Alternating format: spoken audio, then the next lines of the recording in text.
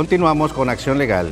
Y bueno, doctora Patricia López Peláez, ahorita nos comentaba Virginia y Juan Carlos sobre la cuestión de los valores, cómo se han perdido. Y eso es grave porque pues motiva el rompimiento del tejido social y la inestabilidad social.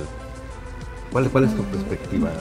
Pues mi perspectiva coincide con la de ellos y con la tuya. Desde luego hay que intentar mantener y hay que intentar promover una serie de valores que nos van a facilitar la vida a todos y van a hacer que tengamos una convivencia mucho más equilibrada.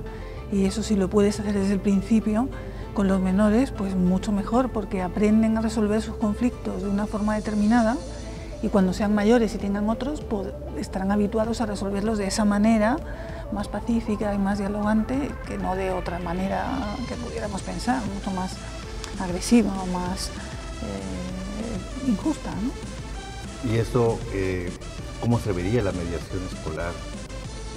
La mediación escolar pues sería un camino muy bueno si lográsemos implantarlo en todos los colegios y que realmente se funcionase y que tanto los profesores como las familias como los niños pues asumieran que esa es la forma de resolver un conflicto y aprendieran y se ejercitaran en esa forma de actuar pues poco a poco, todos los días en su vida diaria. Y es que es política pública, ¿no? Política pública el que la Secretaría, por decir, el Ministerio de Educación, en el caso de ustedes, en el caso de nosotros, la Secretaría de Educación, lo que dice Patricia yo creo que es muy importante apostarle a la educación, incluyendo en los modelos educativos la mediación escolar, ¿no crees, Virginia? Sí, es más, yo me estaba acordando de una cita de Pitágoras: educad a los niños y no tenéis que castigar a los hombres. Es decir, yo veo la mediación en el ámbito escolar, así como otras prácticas restaurativas en el ámbito escolar, una forma de prevenir futuros delitos. Es decir, si a los niños les enseñamos valores como los que han hablado mis compañeros y he dicho yo, de humanidad, de colaboración, de no juzgar, no etiquetar la diferencia, de favorecer la diversidad, realmente tendremos menos niños adultos con problemas de violencia, de no atención y habrán asumido esos valores como suyos. Entonces yo creo que tendremos muchos menos niños futuros adultos delinquiendo. Para mí ese es el valor, la prevención. Claro, yo lo llevo todo al ámbito penal, pero también es cierto que si estos niños empiezan a aprender, las generaciones futuras no van a ver la mediación o otras prácticas restaurativas como algo raro. Nosotros ahora lo vemos como lo no normal, para ellos va a ser lo normal. Entonces me parece que es un aspecto importante a tener en cuenta. Y yo creo que ni siquiera hay que irse tan lejos de hablar del potencial de la mediación escolar relacionándola con el ámbito penal. Yo creo que estamos hablando de que un centro educativo es un espacio que tiene como sentido propio formar ciudadanos. Y finalmente, qué bueno tener ciudadanos que manejan en la vida cotidiana, cuando forman parte de una asociación de vecinos, en el ámbito familiar, el diálogo como sistema habitual de resolución y de encuentro interpersonal. Por lo tanto, yo creo que es casi una demanda imprescindible trabajar estas temáticas, porque en definitiva, durante mucho tiempo, el discurso de la educación se ha ido acompañando de planteamientos de hablar de los valores, enunciar los valores, pero como una suerte de moralina. Hay que practicar los valores, no hay que hablar tanto de los valores. Y nos parece que la mediación como sistema de resolución de conflictos, que en definitiva está potenciando el diálogo interpersonal, es una forma de vivir los valores. Porque los valores, si no se viven, no se aprenden. Así es, Patricia. Sí, así es.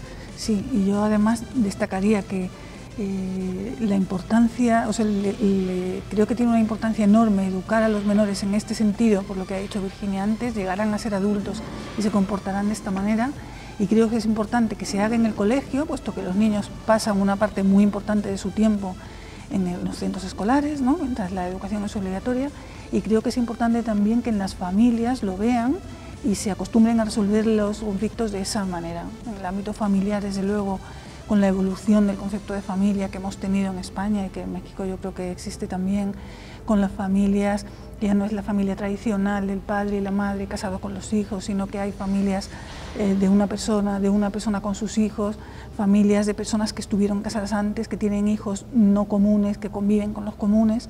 Se crea un caldo de cultivo ahí en el que los roces y las fricciones pueden ser más frecuentes y no se resuelven ya con el principio de autoridad paterna que antes estaba más extendido, ¿no? Y yo creo que empezar a utilizar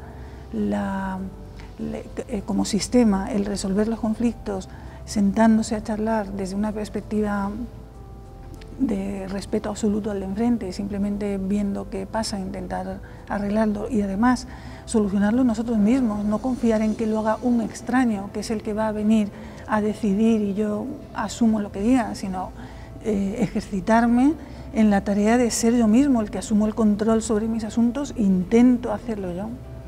Porque a veces nos damos en la situación que nosotros no podemos resolver los conflictos. Y para cuando hablamos de la mediación, se requieren habilidades, destrezas, técnicas, una forma metodológica. Es una especialidad esto que podemos encontrar para poder sustraer las emociones, ¿no? Yo creo que las conductas sociales que se dan en todo el mundo, porque los que hemos viajado por algunas partes, enciendes el televisor y ves las conductas son las mismas. Los problemas, conflictos vecinales, los conflictos escolares. ¿Y qué ha pasado? O sea, ¿por qué se ha permitido esto? ¿Cuál es la perspectiva, la opinión de cada uno de ustedes? Yo pienso que hemos ido cediendo poder al Estado, al sistema que ocurre. Nos hemos vuelto un poco, pues no vagos, pero un poco cómodos. Es decir, cuando nosotros tenemos un conflicto, generalmente lo que se nos ocurre es acudir al juzgado. Eso es lo primero. Entonces, como acudimos al juzgado, estamos acostumbrados a que un tercero que no conoce de nada, que no ha sufrido, lo resuelva. Porque yo antes me iba al ámbito penal, porque cuando yo era juez lo que sí que me di cuenta, la mayoría de los delitos que llegaban al juzgado eran asuntos, pequeños conflictos no resueltos a tiempo. Por ejemplo, en un vecindario, el vecino tiene un problema con el de arriba, por música, por lo que sea.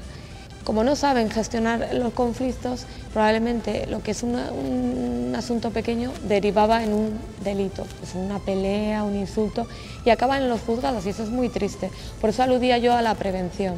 ¿Qué ocurre? Con estas fórmulas como mediación u otras prácticas restaurativas, lo que se hace es empoderar de nuevo, que los ciudadanos vamos a recuperar un poco este poder que hemos cedido. Ya no nos vamos a tratar como incapaces, como dicen en los juzgados.